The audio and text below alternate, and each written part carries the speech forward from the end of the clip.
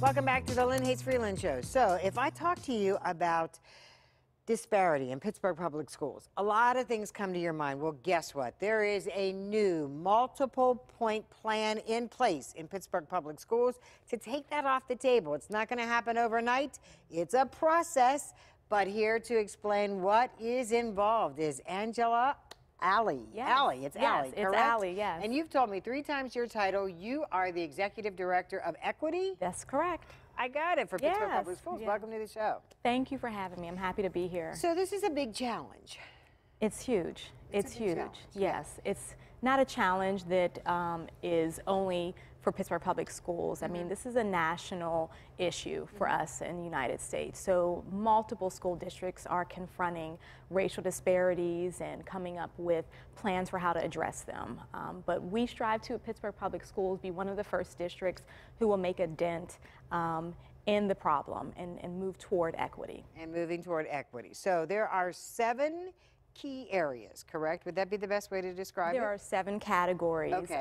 that organize the plan across 97 pages. So it's Wow. quite comprehensive. And I think the part of it that makes it detailed is that for the 27 action steps, there are some action steps where we actually publish who's in charge of the work, what the procedures and steps are, what the timeline is for completion, because a lot of this work is goal-oriented and looks like us being able to hit some targets by 2022. Okay, so that's, I mean, in the grand scheme of things, that's really 2 years from now. That's 2 years from now. That's 2 years from now, And what we're hoping is that we will begin to get feedback and results that show we're moving in the right direction. Because most of these, they're strategies, they're initiatives, they're systems changes that we want to put into effect. And I think that's the urgency of the matter, is that if we say by 2022, we don't want to just be talking about the things we could be doing. We want to actually set a deadline to say we are going to fully implement with fidelity these moves that we do believe and that research tells us are equity evident. So there's accountability. There Certainly. is administrative accountability. There is teacher accountability. Yes. Student accountability. So student accountability, really it's not outlined as something that they need to initiate. I think right now our focus is on what can the adults be doing better. And I think that that's the statement that we're trying to make, is that this is by and large a system created problem.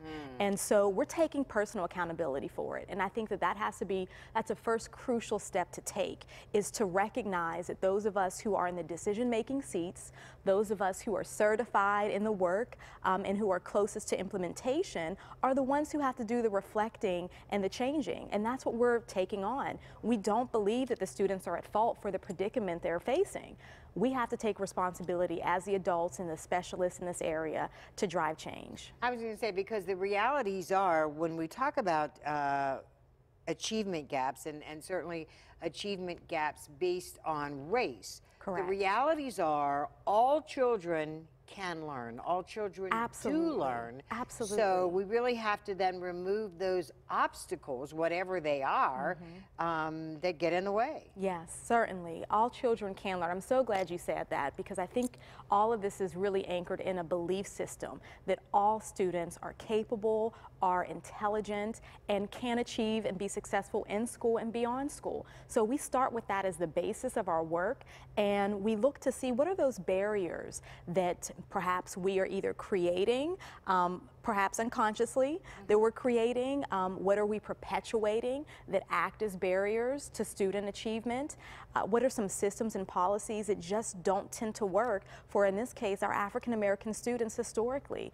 So we're doing a lot of systems analysis and examination to make sure that the schooling system is a place where all children can thrive. So we are trying to level the playing field, and that does look like providing some additional access to opportunities and support, but it does also look like removing some of those barriers that would interfere with their access. We got a lot more to talk about. We're going to do that in just a minute when the Lynn Hayes Freeland Show continues, so don't go away. We'll be right back.